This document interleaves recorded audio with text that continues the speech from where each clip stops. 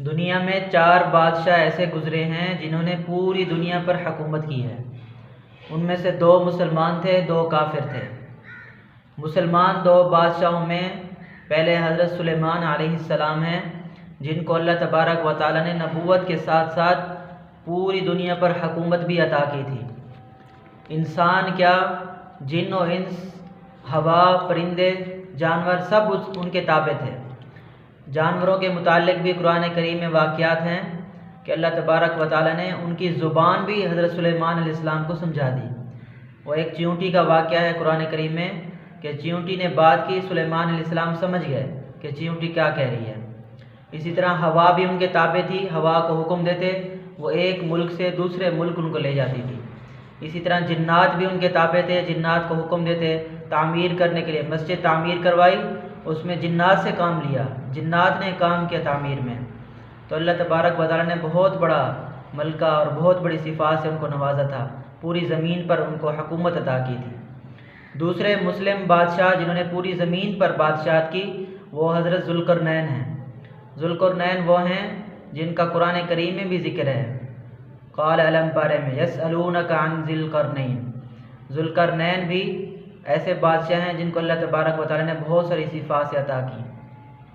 یاجوج ماجوج کا واقعہ ہے کہ انہوں نے ذوالقرنین کے بارے میں آ کر یہ درخواست کی کہ ہمارے درمیان، ایک قوم نے آ کر درخواست کی کہ ذوالقرنین سے کہ یاجوج ماجوج اور ہمارے درمیان ایک دیوار قائم کر دیں تاکہ ہم ان سے حفاظت سے رہ سکیں، ان سے امن سے رہ سکیں، وہ ہمیں امن سے نہیں رہنے دیتے۔ تو ذوالقرنین نے ان کے درمیان ایک دیوار قائم کر دی، جو اتنی بڑی دیوار تھی، سیسا پلائی ہوئی دیوار، کہ آج تک وہ یاجوج ماجوج اس کو عبور نہیں کر سکی۔ یہ 2 مسلم بادشاہ تھے۔ 2 کافر تھے، ان میں ایک نمرود تھا۔ حضرت ابراہیم علیہ السلام کے دور کا تھا یہ۔ حضرت ابراہیم علیہ السلام کے ساتھ اس کا مباحثہ بھی ہے، مناظرہ بھی ہے۔ قرآن کریم کے 3 پارے میں ان کا مناظرہ منقول ہے کہ انہوں نے ابراہیم علیہ السلام کے سامنے یہ کہا کہ اگر آپ کا خدا انسانوں کو مار کر پھر زندہ کر دے گا، یہ تو میرے پاس بھی طاقت ہے، میں انسانوں کو مار کر زندہ کر سکتا ہوں۔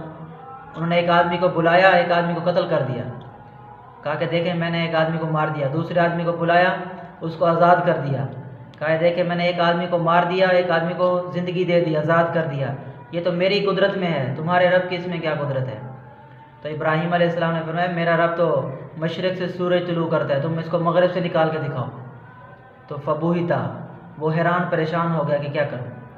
تو یہ بہت بڑا ظالم بادشاہ گزرا ہے تاریخ میں، کافر تھا یہ نمرود۔ ابراہیم علیہ السلام کا اس نے انکار کیا، ان کی شریعت کا انکار کیا، اور ابراہیم علیہ السلام کو طرح طرح کی انہوں نے تکلیفیں بھی پہنچائیں، نقصان پہنچانے کی کوششیں بھی کیں۔ چوتھے جو بادشاہ تھے جنہوں نے پوری دنیا پر حکومت قائم کی، جو کافر تھے، وہ بخت نصر ہیں۔ بخت نصر جو ہے یہ بہت بڑا ظالم بادشاہ گزرا ہے۔ انہوں نے یہودیوں کو قتل عام کیا، مسجد اقصیٰ کو تہس نہس کیا، اور بہت سارے مظالم، ظلم کا یہ ایک استعارہ بن گیا ہے۔